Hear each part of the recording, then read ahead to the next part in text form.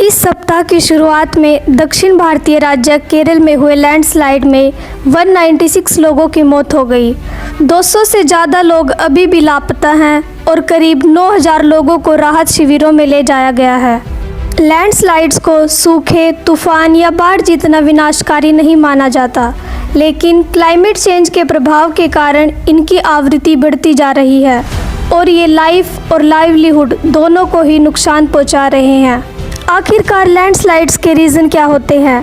Landslides natural घटनाओं में से एक है जो मेनली पहाड़ी इलाकों में खड़ी ढलानों के कारण आती है।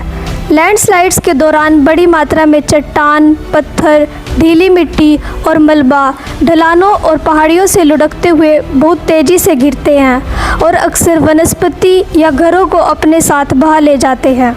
कंडीशनिंग फैक्टर्स और ट्रिगर्ड फैक्टर्स, इन दो कारणों की वजह से लैंडस्लाइड्स होती हैं। कंडीशनिंग फैक्टर्स जैसे मिट्टी की स्थलाकृति, चट्टान, भू आकृति विज्ञान और ढलान के एंगल सहित अन्य कारकों से संबंधित है।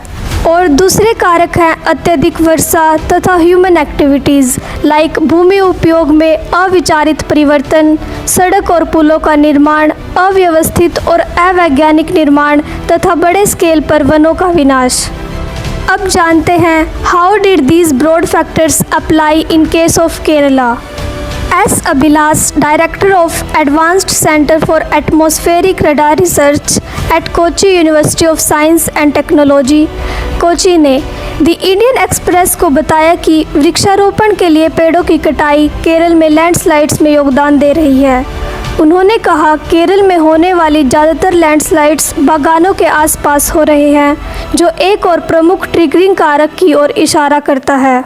मोनोक्रॉपिंग जैसी कृषि गतिविधियां, जिसमें बड़े देसी पेड़ जो ऊपरी मिट्टी को आधारशिला तक बनाए रखते हैं, इन पेड़ों की जगह चाय और कॉफ़ी जैसी बड़ी बागान फसलें उगाई जा रही हैं, जिनकी जड़ें शैलो होती हैं।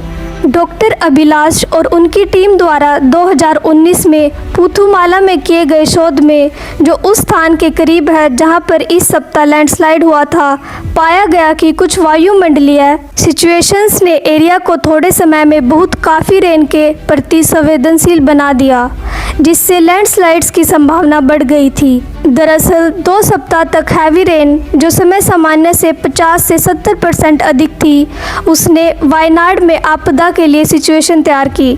इस रेन ने ऊपरी मिट्टी को भिगो दिया और जब एक दिन बहुत हैवी रेनफॉल हुआ, जो एक छोटे बादल फटने के समान था, तो इसके कारण लैंडस्लाइड्स की घटना शुरू हो गई और लोगों को इसका खामियाजा भुगतना पड़ा।